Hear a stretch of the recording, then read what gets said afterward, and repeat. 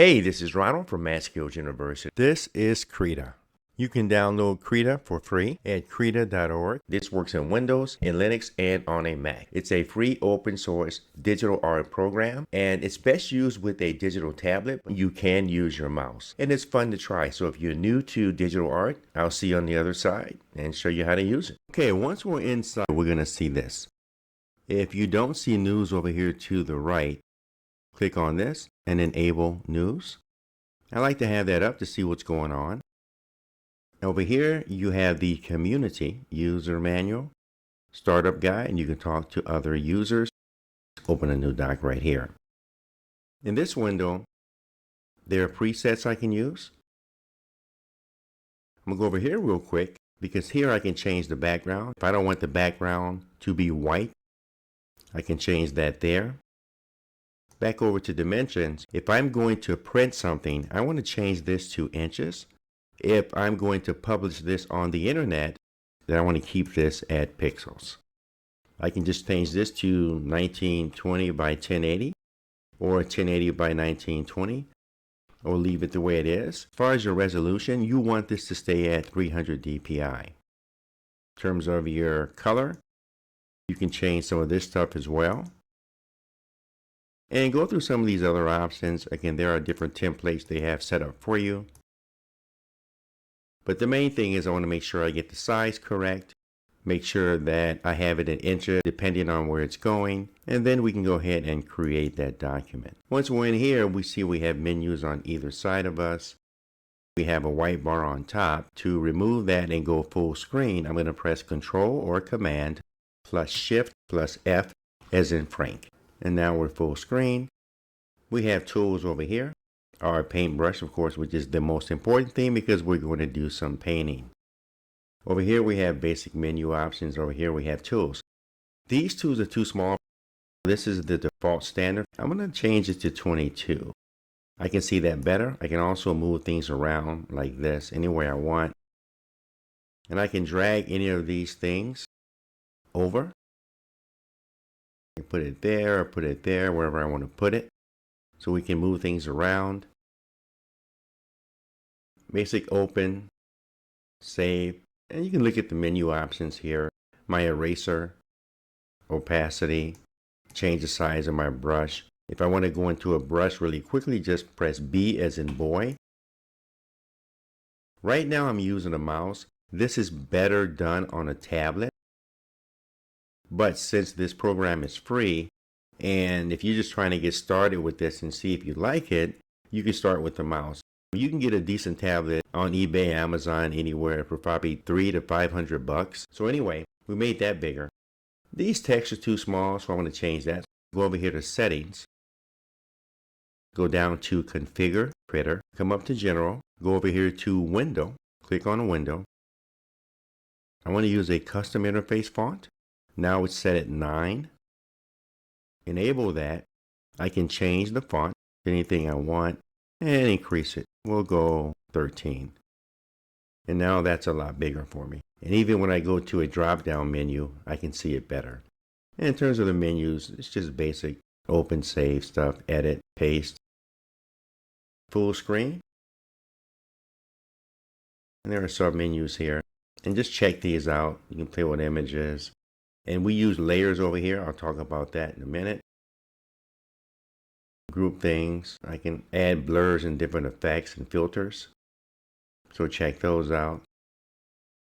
I'm not going to go into it in detail, but here I can change my dockers. Those are everything you see here and out here. I can bring things in, storyboarding, channels, things like that, and put them over here. This is my theme right now, the curly the dark theme. You can change that on the theme right here. I can reset things right here. These things I can grab and move around. I can also lock those so they can't be moved. If I organize my workspace the way I want it, I can go over here to Window, come down to Workspace, and then create a new workspace. So if things get messed up, I can name this and then go back to the workspace so I have it saved. And up here we just have basic things, background color, fill patterns, things like that. We can also apply compositing or blending to images. Have an eraser here, opacity, size of our brush, or we can just hit the bracket keys on your keyboard. Right bracket increases brush size and left bracket decreases brush size. If I want to clean my screen right here, I'll press delete. If I want a mirror effect, I'll click on this. And now if I'm starting to draw something, relatively easy to do, so I can go out and draw some eyes. And they draw on both sides. Then I can go back and clean this up later. But I'm using the mouse right now, so I'm not using my pen. But that's what this does.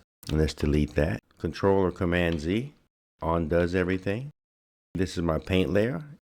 If I go over here, I have my color wheel, color palette. I have a few more options here I can bring things in, but if I want to change my color, I can change that right here. Down here are my brushes. I can press B as well to activate those. If I right click with my mouse, I'll get my different brush selections and I can change it to whatever I want. My erasers right here as well. Change the size of that eraser. Or use the bracket. Here I'll just press delete. But the brushes over here, I have every kind of brush I can think of. You can import brushes. A lot of them are free. I'll tell you what it does. Then my layers are down here. These are very important because every time I create something, you want to do it on a new layer. If I want to create text right here, I will go down here, add a new layer, or I can right click here and you'll see I can add different paint layers, text layers, whatever I want, different types of layers, mask. I could duplicate a layer right there. If I want to duplicate that, see it, not see it, I can lock it. I always lock my background layer. On this second layer, it's called paint. I double click it. I'm going to call this text. Let's bring down some text. Over here we have different things we can use, different tools. Let's go over here to T for text. I'm just going to put a box here and I'll get this. I'll change fonts Arial, that's fine. Regular, we'll make it bold. Make this 18. Change the color to blue. And then we'll just type text. Save it, close it, and there's our text. Another quick tip is if I have the paintbrush or anything selected like a pencil, press B. I can scroll up on the mouse at that point to increase or decrease the actual paintbrush size once I have the paintbrush or B selected. Another thing I want to bring up is my final workspace setup. Number one is I brought in the overview on top. So when I move this, my canvas moves. Scroll down. How I did that was I went to settings, down to Dockers, went down to overview and brought that in and then moved it up to the top. I also took my brushes and moved them over here. And then when you're trying to use brushes, you can actually just go to sketches, which means you're going to have more pencils and charcoals. You can go to paint. You'll get all brushes. That's probably the best way to do it. Over here to the right on the color, first I have my advanced color, then I have my artistic color, and then I have my palette. Over to the left, there's something called tool options. And under Dockers, that will be down here.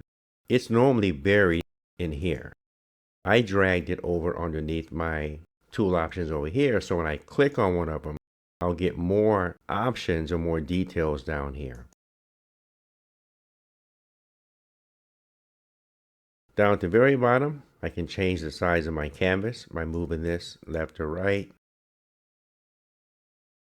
This tells me my canvas dimensions, what color setup I have, and then what brush I have selected. Basic 5 size. When I was done, I went to Window, down to Workspace, and down to New Workspace, and I saved. So that's my workspace setup. I also linked a lesson below on how to use Krita with a mouse. So check that lesson out if you don't have a tablet. I'm going to link a few tablets below, as well as other lessons below that you can check out. My goal though is just to get you started for free using Krita. If you have any comments, suggestions, or ideas, please list them below. And in our next lesson, we're going to create an apple with our mouse. Please like, share, and subscribe. Thanks for watching, and until our next lesson, have a great day. Peace.